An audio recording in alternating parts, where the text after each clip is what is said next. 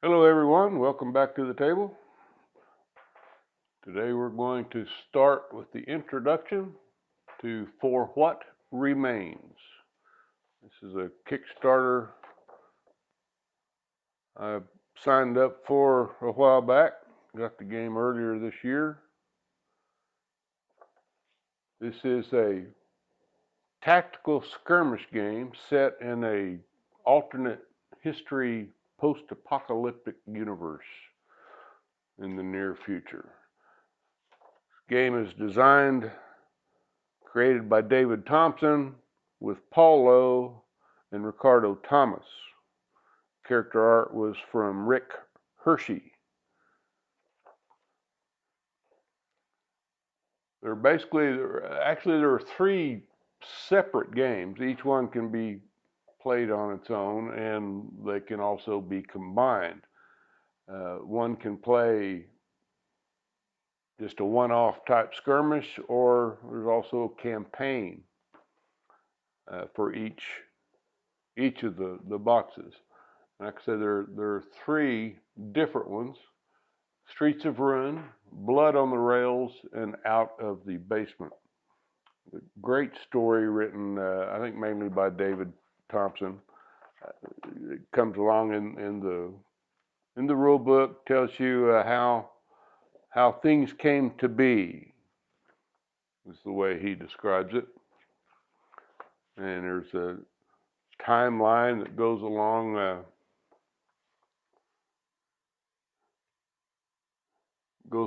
with the story. I mean, just a pretty cool story how it became. Basically, it started with the first nuclear weapon detonation below the ground in Nevada, the United States, in September of 1957. Well, this opened up a way to get from one dimension to another.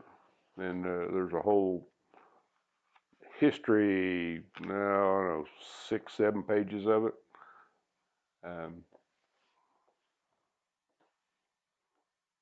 It's a pretty interesting story, the way they came up with all this. The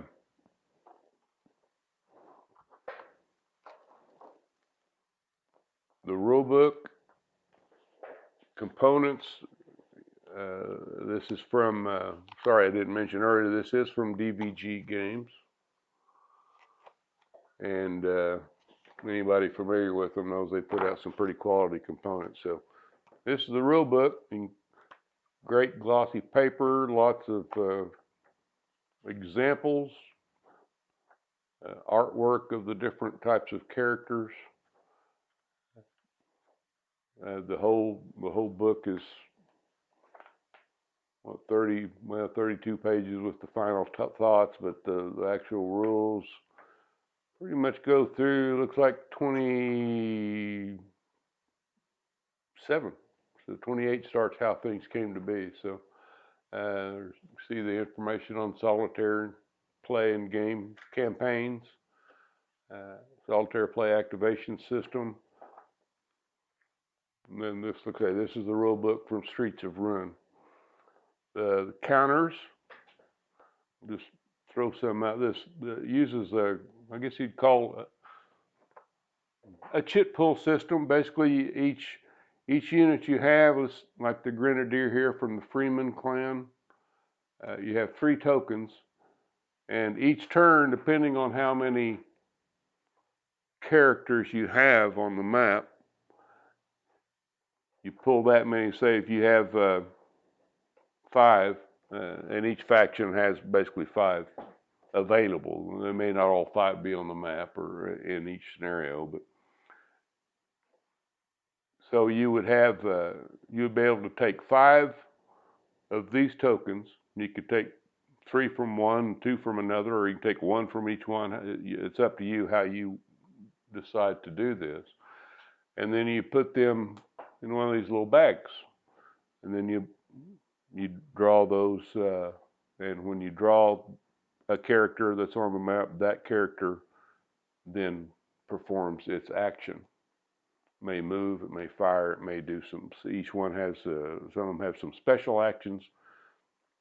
They can either provide for themselves or for one or more of their teammates. The object of the game is basically to destroy your enemy. Now this first game, everybody will be a recruit level. If you look at, let's say the forces, and this are the freemen and the combine. Here's the characters from the combine.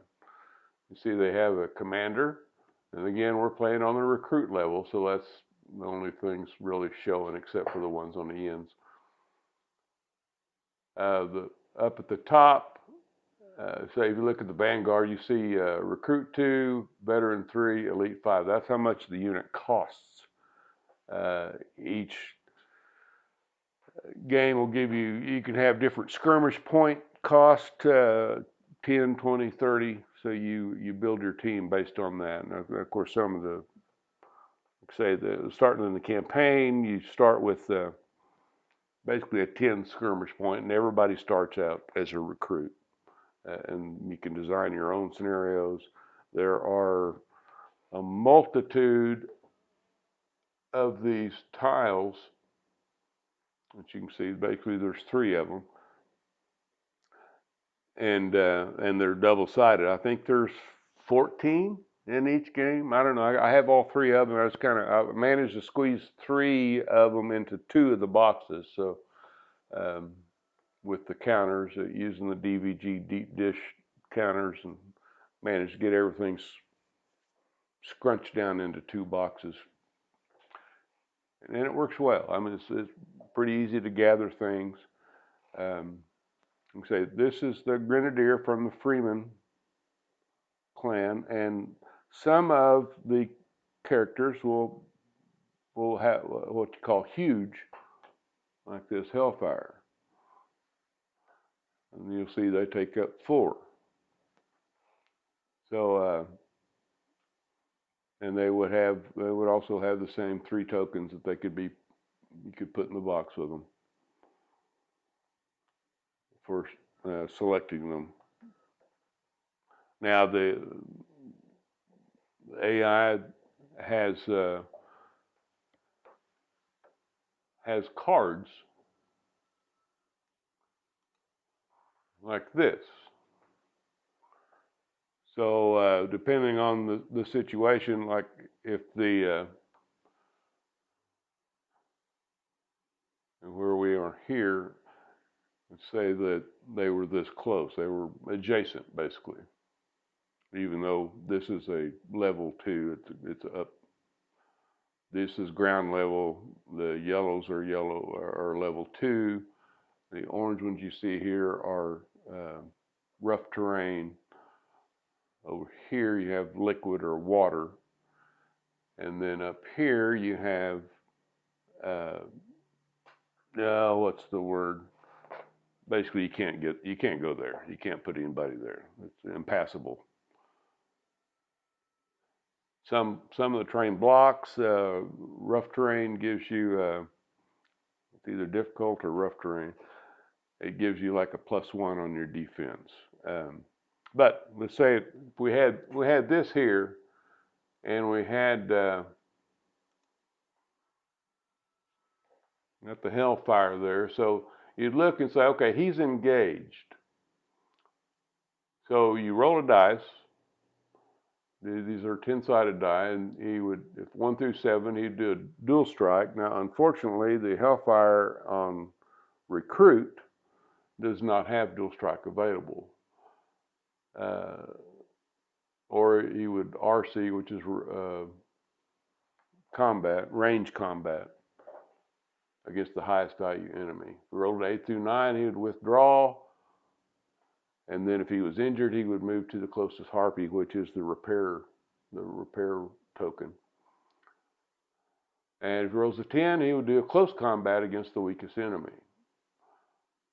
So if there's not engaged, he's not injured, you'd roll a dice on the orders, 1 to 2, He would perform a scenario objective, which in this particular scenario we're going to play really doesn't have any, so they'd go to the next one, which would be scavenge, move to the closest unclaimed token. There are going to be 4 tokens out here on the map when we start.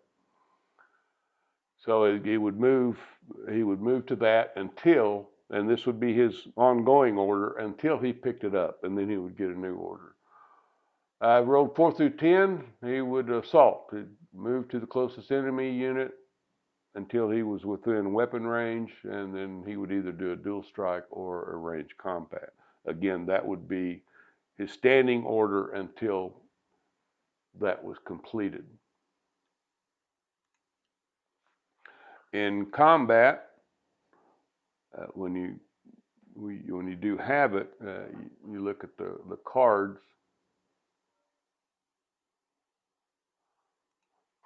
So there's the Freeman cards. You'll see they have a move rating, and again will be under the recruit line. They have a weapon range. They have a close combat. They have a range combat. Then they have a defense. So what would happen, say in this case, where we had the Grenadier?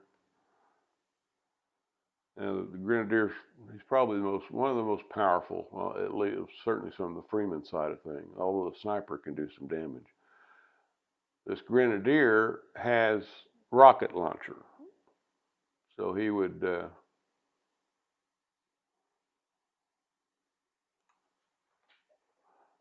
actually has a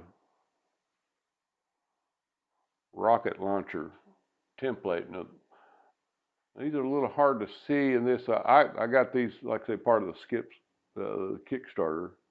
I like them because you can put them over where you're looking at. Now, in this case, since he's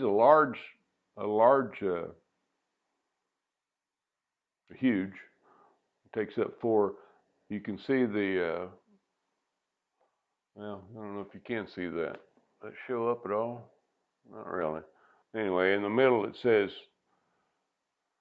that's the target space. So that target space would have to be over one of these. Let's say he'd put it there. And then he'd roll a dice and move that dice in the direction. I can already tell I'm going to have to get my other templates out. I like these because when I was playing by myself, you can still see everything.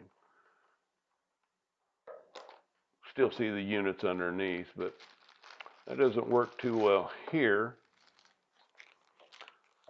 So what we would have would be something like this.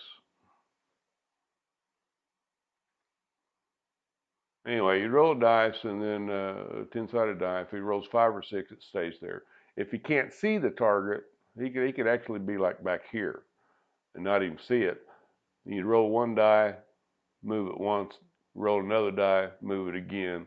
Depending on where it moved, let's say it ended up here, you're still in range to do damage. And then he would roll the Grenadier would roll the range combat, so you see the 2, so that means he would roll 2 dice, and the Hellfire, you see, has a defense of 6.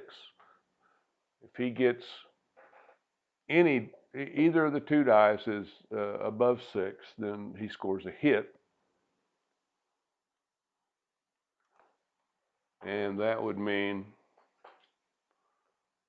that the Hellfire would flip over. If the Hellfire's hit again, then he is eliminated from the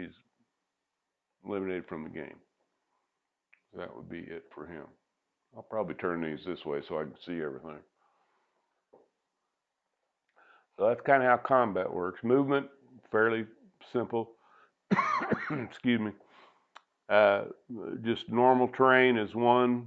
What do we say the Grenadier had? Grenadier's got a movement of 4. So you can move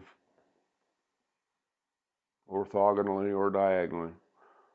1, 2, 3, 4. They can move 4. If you go up that costs you 2. Now, if you're moving on level 2, you move up here and then move on level 2, that's just 1. But going up costs 2, going down costs 2. In difficult terrain, like here, that costs 2 each time. Water is also 2 each time. So like I say, some of them have different special actions. You see the commander has enhanced accuracy and enhanced range. These will basically just kind of, it gives everybody in his weapon range and line of sight, it either increases their accuracy or increases their range for their attacks. The Harpy has hover and repair. That hover means that everything costs him 1, no matter where he's going, because he just travels right above the surface. And then he, like I say, he is the repair. He's the repair guy in this particular faction. Vanguard has weapon sensors that allows him to re-roll any 1s 1 time. Hellfire is huge, and the Inferno is huge and has the flamethrower. The flamethrower is another one of these guys. So if we had the Inferno out here, then that would be his range. That's the damage he would do to anybody within that area on whatever level he decides. If he had, which this one probably he'd want to do the base level, because that's more. He's only got one square on level 2, so just anybody that's in that area would take the attack from him. So that's basically how it works. There are some things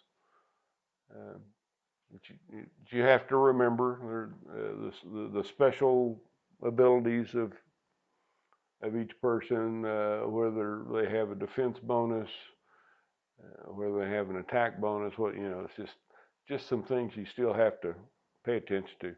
Not quite as much to remember as some of the war games that I play, especially the World War II games that I play, but there are still some things there to remember.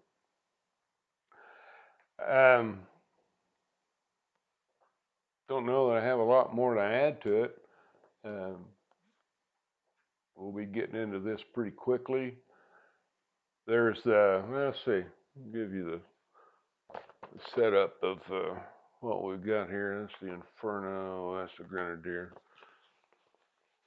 This is the scenario we're going to play. Let's see if we can move down a little bit on that. You can see it a little better. So this is the scenario. This is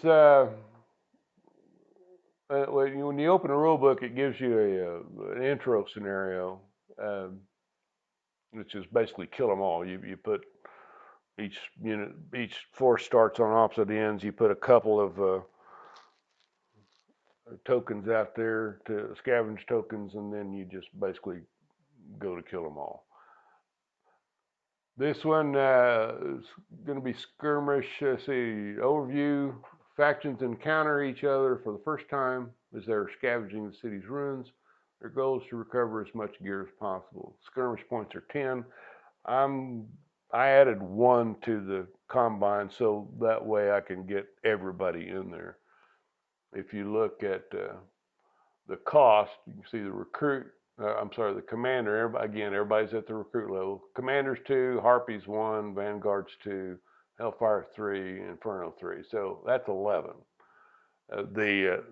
This scenario actually has 2 Vanguards, which would be right at 10, but I went ahead and gave them a bonus, which I may end up regretting.